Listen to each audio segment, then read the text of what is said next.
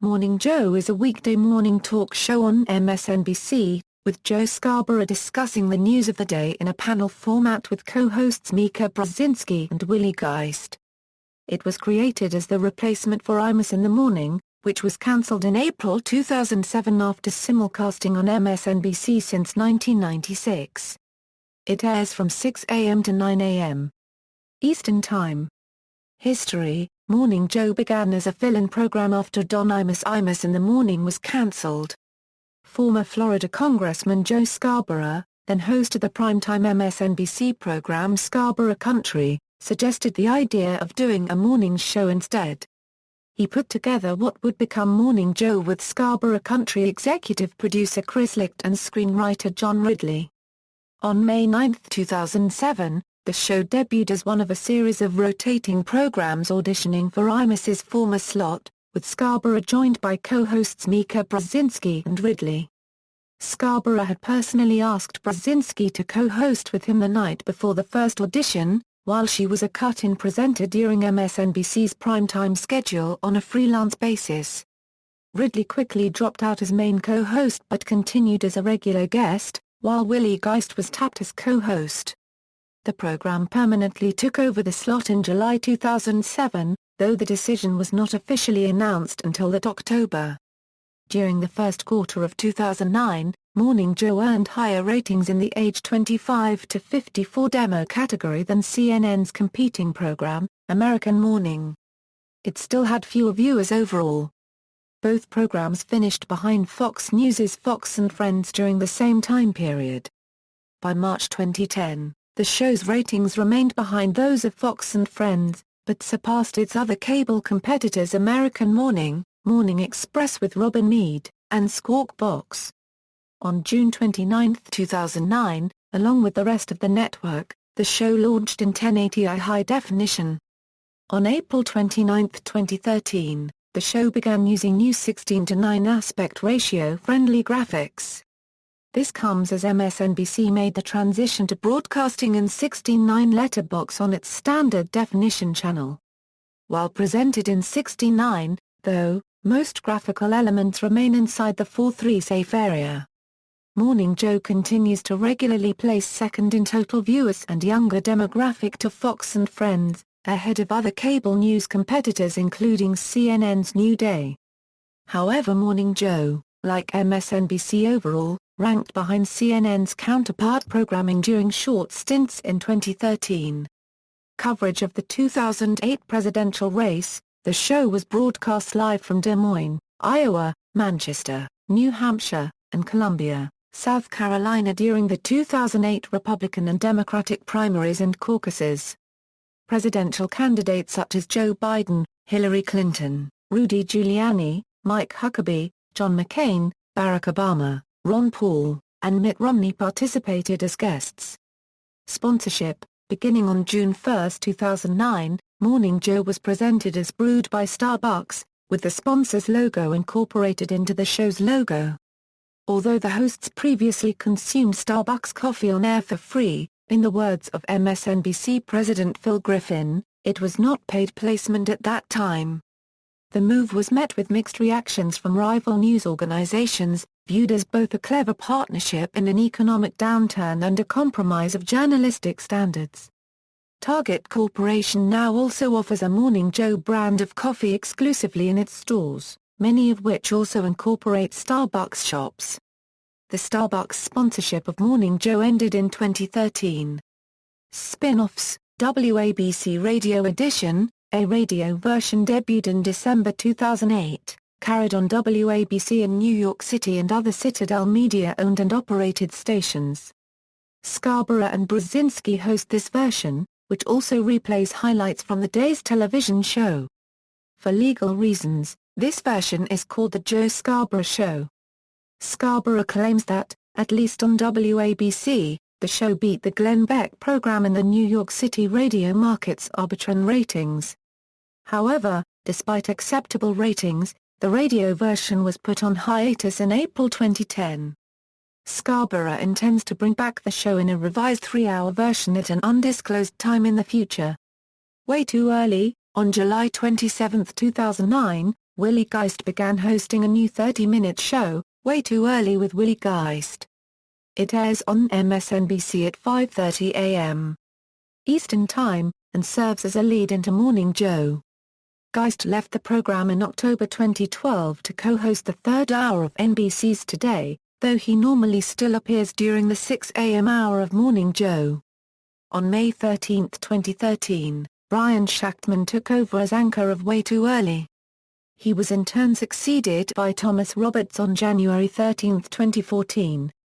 Roberts, like Shachtman before him, is a regular contributor on Morning Joe. Daily segments and regular anchors, morning papers, daily headlines from newspapers nationwide at the 6:20 mark and replayed during the 8 o'clock hour. Morning Grind, daily news roundup, read by Mika Brzezinski at the beginning and 30-minute mark of each hour. News You Can't Use, Willie Geist's daily roundup of offbeat news stories. Politico Playbook, at the 6:20 mark and replayed during the 8 o'clock hour, a Politico staff member provides the day's political news from the website's editorial offices in Arlington, Virginia. The Sideline, in a segment during the second half of the 6 o'clock hour, Willie Geist presents the previous day's sports news. The segment was previously called the Morning Sports Shot. Business Before the Bell, at the 8:30 mark, a CNBC correspondent reports on the morning's business news from CNBC's New York Stock Exchange booth. Political Roundtable, this segment is featured during the show's last half hour. It is devoted to discussion between the hosts and guests of a political issue of the day. What Have We Learned Today? The show's closing segment, in which the hosts and on-set guests joked about what they learned on that day's broadcast. Regular guests and contributors. Regular guests and contributors include David Axelrod, MSNBC political analyst, director of the University of Chicago Institute of Politics and former senior advisor to Barack Obama. Mike Barnicle, freelance columnist. Tom Brokaw, NBC News special correspondent. Tina Brown, publisher of The Daily Beast. Zbigniew Brzezinski, former national security advisor to Jimmy Carter and the father of co-host Mika Brzezinski. Jonathan Capehart, Washington Post editorial page writer. Chris Christie, governor of New Jersey. Jim Cramer, host of CNBC's Mad Money. Donny Deutsch, CEO of the advertising marketing firm Deutsch, Incorporated and CNBC-MSNBC contributor. Harold Ford, Jr., former Democratic Leadership Council chairman, former congressman from Tennessee and visiting professor at New York University. Nancy Gibbs, managing editor of Time. Gibbs reveals the cover of the coming week's magazine every Thursday. Robert Gibbs, MSNBC political analyst and former White House press secretary for Barack Obama. David Gregory, moderator of NBC News's Meet the Press. Richard N. Haas, president of the Council on Foreign Relations. Mark Halperin, MSNBC senior political analyst, editor-at-large at Time and co-author of the Presidential Campaign History's Game Change and Double Down. John Haleman, MSNBC political analyst, national affairs editor for New York Magazine and co-author of the Presidential Campaign History's Game Change and Double Down. Bill Cairns, New York Bureau Weather Channel meteorologist. Katty Kay, anchor of BBC World News America. Chris Matthews, host of MSNBC's Hardball with Chris Matthews. John Eacham, Pulitzer Prize-winning historian, co-host of PBS television news magazine Need to Know, and former editor of Newsweek. Andrea Mitchell, chief foreign affairs correspondent, NBC News and host of MSNBC's Andrea Mitchell Reports. Mike Murphy, political analyst and Republican Party strategist. Peggy Noonan, op-ed columnist for The Wall Street Journal. Lawrence O'Donnell, host of MSNBC's The Last Word and Emmy-winning writer and producer for the TV series The West Wing. Steve Ratner, Morning Joe economic analyst. John Ridley, screenwriter and Huffington Post contributor. Eugene Robinson, Washington Post editorial columnist. Jeffrey Sachs, economist and director of the Earth Institute at Columbia University. Reverend Al Sharpton, host of MSNBC's Politics Nation. Michael Steele, former chairman of the Republican National Committee. Sam Stein, Huffington Post correspondent. Chuck Todd, NBC News chief White House correspondent, NBC News political director and host of the Daily Rundown. Nick Wallace, MSNBC political analyst and former White House communications director for George W. Bush. Past contributors and segments: Pat Buchanan, past co-host of CNN's Crossfire and MSNBC's Buchanan and Press. A former presidential candidate and an MSNBC on-air personality since 2002, Buchanan was suspended by the network in October 2011, following the publication of his book Suicide of a Superpower. 4 months later, MSNBC severed its relationship with Buchanan. Erin Burnett, CNN and past CNBC anchor. In her role as anchor on CNBC's Squawk on the Street, Burnett regularly contributed as the correspondent during the daily 8:30 Business Before the Bell segment. She left CNBC for an anchor position at CNN in May 2011. Scarborough habitually introduced Burnett with the nickname International Superstar. Tucker Carlson, political commentator. Carlson left MSNBC to work as a commentator for the Fox News Channel in May 2009. Mark Haynes, the late co-anchor of CNBC's Squawk on the Street. Haynes filled in for his co-anchor Erin Burnett on several occasions for the Business Before the Bell segment. He briefly took it over after her departure from CNBC until his death on May 24, 2011. Courtney Hazlett, MSNBC entertainment correspondent and author of the Scoop column and blog featured on MSNBC.com. From October 2007 through to July 2009, the show's Next to Last segment regularly featured Hazlett and co-host Willie Geist discussing her latest column. The segment, titled Morning Scoop, was sponsored by Laura Copyright Owl, whose ad spots continued for several weeks after it had been effectively discontinued. No official announcement or explanation was given regarding the decision to drop Hazlett from the show. She remains a contributor to the MSNBC.com website and other MSNBC programs. Nicole Lapine, CNN and past head guest anchor on CNBC's Worldwide Exchange. Jackie Maritsky, NBC Weather Plus meteorologist. NBC shut down NBC Weather Plus in December 2008. Thus eliminating her position. She was on maternity leave at the time. Maritsky joined Good Morning America as a meteorologist in 2011. Norah O'Donnell, past MSNBC chief Washington correspondent O'Donnell frequently appeared as a commentator and often guest hosted the program with Willie Geist and Scarborough and Brzezinski's absence. She left MSNBC and NBC News to become chief White House correspondent for CBS News in June 2011. Fred Roggin, KNBC TV sports anchor. Between 2007 and 2010, Roggin contributed a taped sports scores and highlight recap for The Sideline, and morning sports shot segments during the 6 o'clock hour. Co-host Willie Geist gradually took over the segment in 2010. Tim Russert, the late host of NBC's Meet the Press. Sam Tannenhorst, senior editor of the New York Times Book Review. Between April 2009 and March 2010, Tannenhorst would appear on either the Thursday or Friday show to preview the New York Times Book Review's forthcoming issue. Morning Joe Moment. During August 2009, this was briefly the replacement for Courtney Hazlett and the Morning Scoop.